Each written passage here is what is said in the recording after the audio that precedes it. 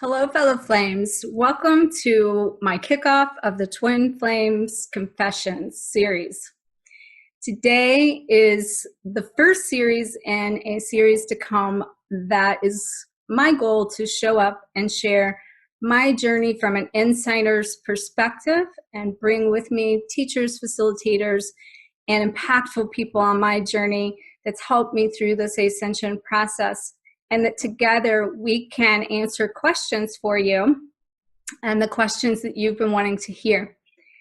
Today's question and topic is going to be a piggyback to the karmic partners that I've done a couple videos on just recently. The last one being, what if my twin flame chooses the karmic partner? And so today I have a very special guest with me, and for the purposes of privacy, we are calling him Samuel today. Today's topic is coming forward as the confessions of a divine masculine, and us getting a chance as the divine feminine to ask him questions in regards to karmic partners and from the divine masculine's perspective. So Samuel, I want to welcome you so much for joining me today. I want to really thank you. Thanks for having me.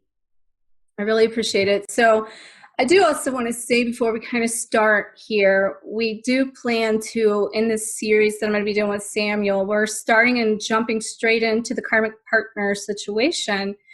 And that being it's such a hot topic and what everyone wants to hear. But along the path in the process, you're going to hear more about his awakening. You're going to hear more about our connection and our journey, as well as a connection to his purpose and where he's at with that. Right now, I want to go into your most recent connection with some karmic partners that you have had that has really put you in a place of seeing lessons that you've needed to learn. And the connection that Samuel and I have had that you'll learn more about, that we basically was in a position that he didn't want to be in a relationship, and that I basically had been coming to a place, I'm not sure if I wanted a relationship or not, but him showing me that I did want a relationship through the mirrored reflection. And then basically from that place, he ended up getting into kind of what my understanding is a semi-relationship at first that then turned into more of a false twin flame coming in. Yeah, so, the backdrop of all this is that I have children and was in a very long marriage that ended a year and a half ago.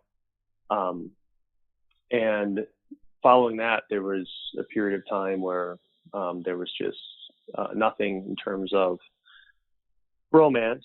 And I've had friends who have encouraged me to date, to get out, stuff like that. So I started doing a bit of dating prior to meeting, to reconnecting, I should say, with Dr. Harmony, because we met once, but it was a very different dynamic than when we met the second time. We met through a mutual friend the first time. So through the dating, I kind of was able to see how confused I am and how little I know about what I'm wanting other than connection. I think, we all crave connection. So the relationship that Dr. Harmony is referring to is one that started out as a sort of friendship. It was a date. I recognized something in her that was really familiar.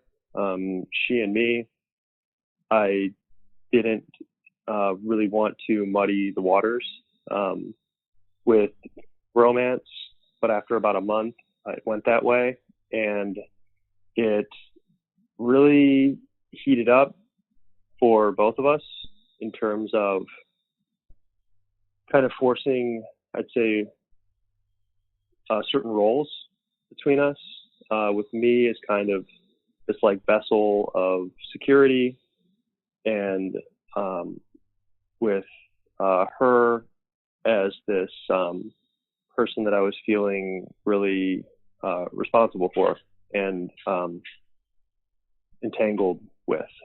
And in the end, it became something that was pretty clear to me. Was taking a lot more energy than it was generating. So I ended it, and it wasn't easy because of the people pleasing background that I have, and that relationship is still unwinding because of how deeply we entangled so quickly. And yeah, that's that. So it's still a bit of a struggle. Mm-hmm. Okay, so then let me kind of ask you just a little bit about like our connection and how that links in between basically the two. So like from, we'll talk about our connection deeper in another segment, but like just to kind of from a very high place, we were at a place, as I mentioned, that you were just really adamant that, you didn't want a relationship. And so at that point, you were basically choosing you, because you were telling me at that point that like, I've, been in this marriage for a very long time. I've been in this bondage, and I've been trying to break away from that.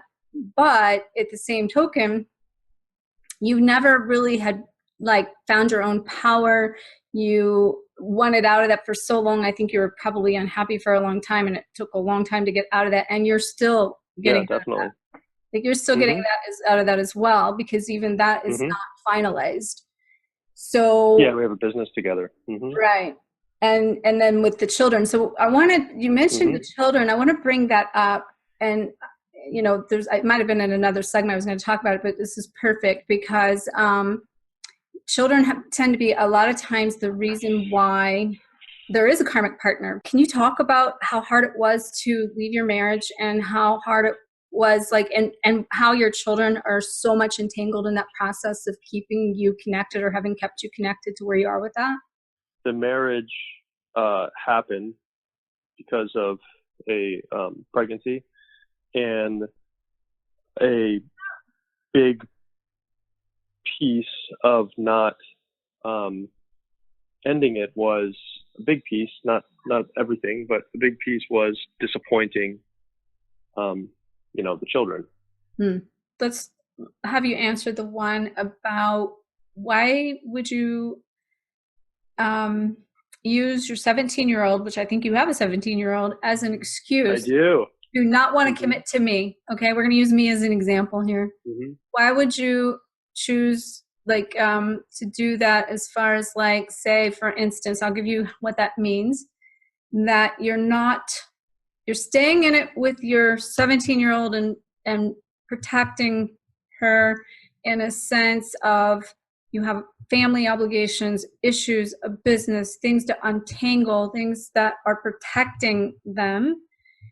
And why would you use that as an excuse over making a commitment to me, and to get on with what you need to do for you, and to let go of all that so you could be free? Let's just use it for so you could be free to be. Is that like a common thing that like people divine masculine will say, oh no, I can't because I have a kid? Well, and the reason why is because like, so that being like that you have to get out and finish completion of your finalizing of your divorce, and you can't be free to be into anything because you're connected through children that need protection and providing for that's related to a business that requires you making a lot of changes in your life to free yourself from that life. And your children are a reason and part of why you do that. There's so many parts. I know that I can't get into something super serious until the divorce is done.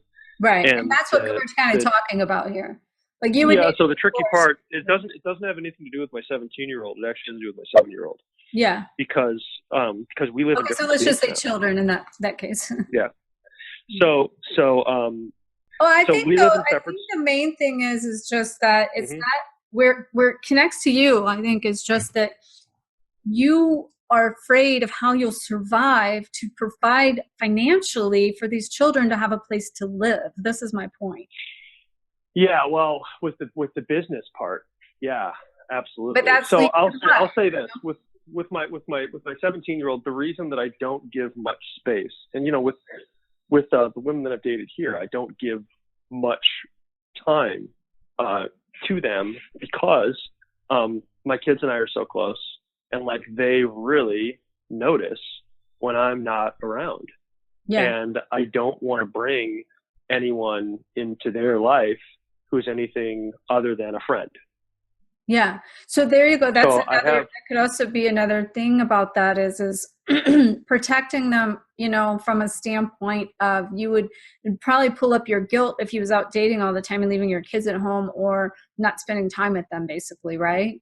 Oh, absolutely. And you can see it in their eyes. Choose the children over the dating kind of too. Yeah. So the only dating that I do, I probably went out at night, a handful of times, over the year. And it was clear to me that my daughter really didn't like that. She liked it when I was home at night and we had dinner together. So then I shifted everything and I was like, okay, like I'm a day dater now. While she's at school, we could meet up, we could do lunch, we could do, whatever. But as soon as school's out, then, I'm gone. And, that's how it is. If that works into your schedule, then we can do that. If it doesn't work into your schedule, then, we can't do it.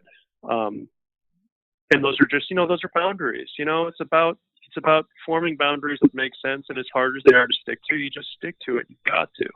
Mm-hmm. And I think for Divine Feminine, if a person, just regardless, if a person wants something in their life that looks a certain way, don't compromise unless something emerges where it's like, I'm going to see where this goes this time, right? Because that's what living is. That's what kids do. Like, it's interesting because this whole journey is like a journey back to the curiosity we felt as kids. Yeah. With the knowledge now to keep ourselves safe, so that we don't have to be, parented. So yeah, I think boundaries are great. And I think that like they're also meant to be broken sometimes. So, the fact that you pretty much stayed in that situation and you stayed miserable in that for a lot longer than you wanted to be in that, but you did it more for the children. That's the point. Because so many people don't understand why they stay for the children. So basically, you staying in that and not getting out of that and say even starting another relationship to be in a different relationship, you're choosing to stay or stayed in that marriage because of the kids. So can you elaborate on that is what I'm saying as far as why you would choose that versus your own happiness or to be with somebody else?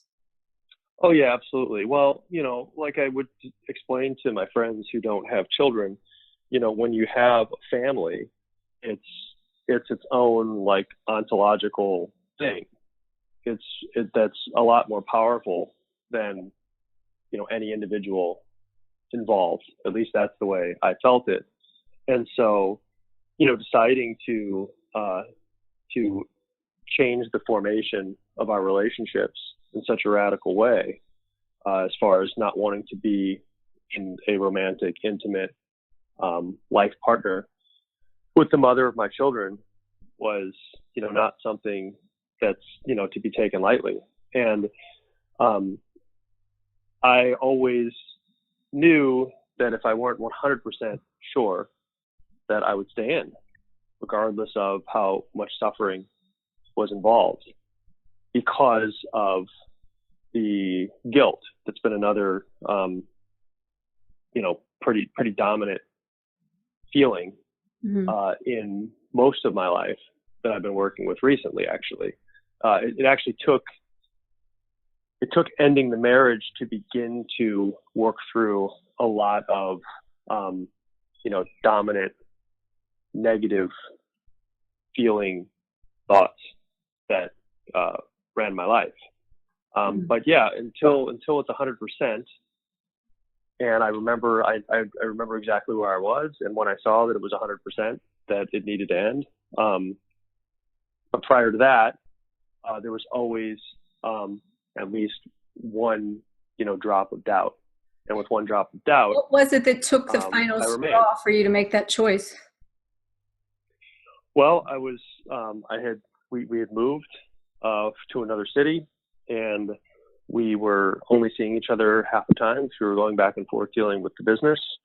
And I was much happier when it was just the kids and me. And I was walking in a park. I practiced my Qigong in the park. I was walking around in the park with the trees, and I saw clearly,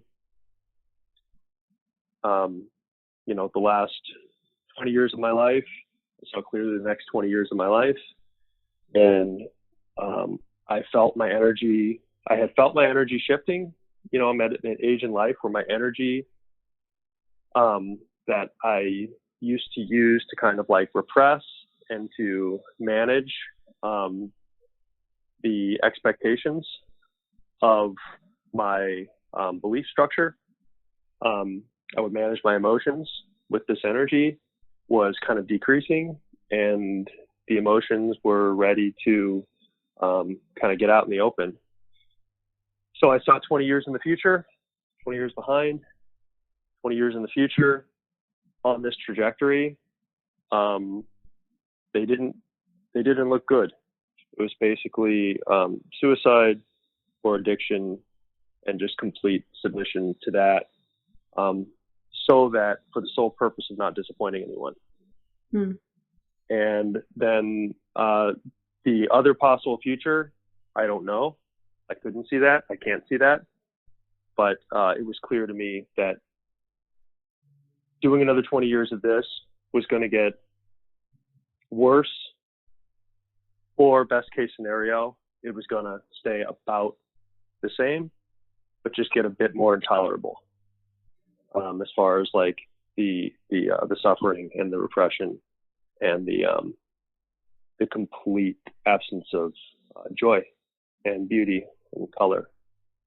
Awesome. So something else that's coming through is that, you're in transition of that still, and that's been at least a couple year process, and a very extreme one over the last year that we've been connected, pretty deeply. And in that process, I know that there's actions and there's choices and there's things that you need to take that to the next level and to the next step. But there is so much fear. There's so much doubt. There's so much not knowing of the unknown. And how is that going to look when you have a business and you have children? Can you talk about how you're going to take that next step, or how you can see you need to take that next step, or what that transition in that, so that we can kind of see from the insider's point of view of what exactly is going through your mind and the fears of making that transition to get all the way out of that situation? Yeah, so it's a bit of a dance, because there's the part of me that is basically saying, you need to do this, you need to do that, you should be doing this, you should be doing that, right? And then there's the part of me that simply wants to sit still and watch. And, somewhere in there is kind of this golden mean, right?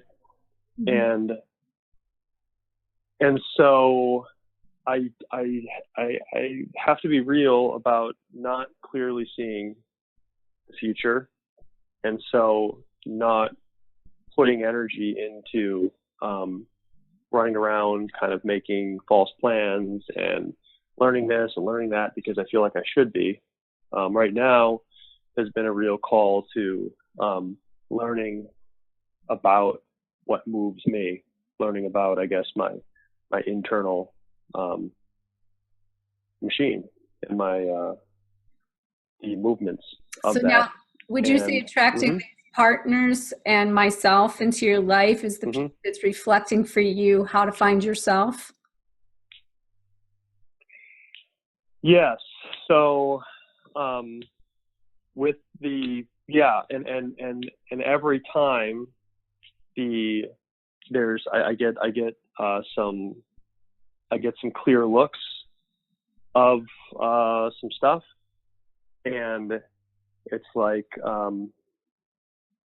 it's pretty much, immediately like, oh, thanks for that look, like I gotta go, like I can't stay here. I need to kind of like return to my inner search. So to make sure I understand that, are you saying you're getting some of the past stuff or like some of the things that are pulling you out of alignment with you to come through, and then to be like, okay, like saving in a karmic partner or even like our connection and things like that, like those things come through, but yet you're looking at choosing yourself is what you're saying when you said that? Yeah, it has to be the difference between you and the other people I've come across because I've been making a lot of friends as well. And my friends tend to be female or gay, actually, when I kind of think about it. Definitely different people. I tend to attract people who are do not adhere to social convention. And there aren't as many men who don't adhere to social convention. And so, but of these relationships that I'm speaking of, I've become sexual only with a few. And the difference between you and the other three is that with you, it didn't turn into a you owe me kind of dynamic, and how could you, and a kind of blame dynamic. With the others,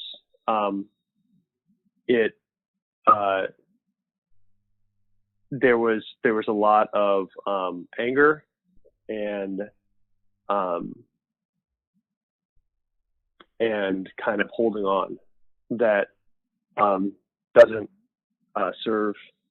I don't think it serves anybody, but it's not for me to, decide what serves other people.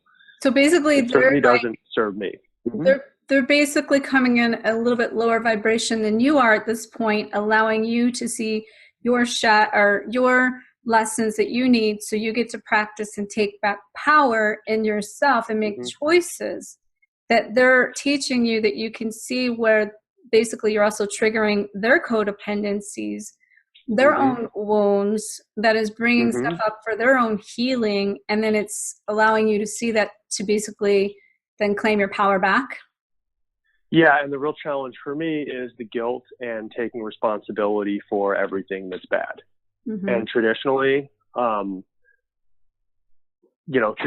I see this, I think I saw it as some sort of a humility. I was raised very conservative Catholic.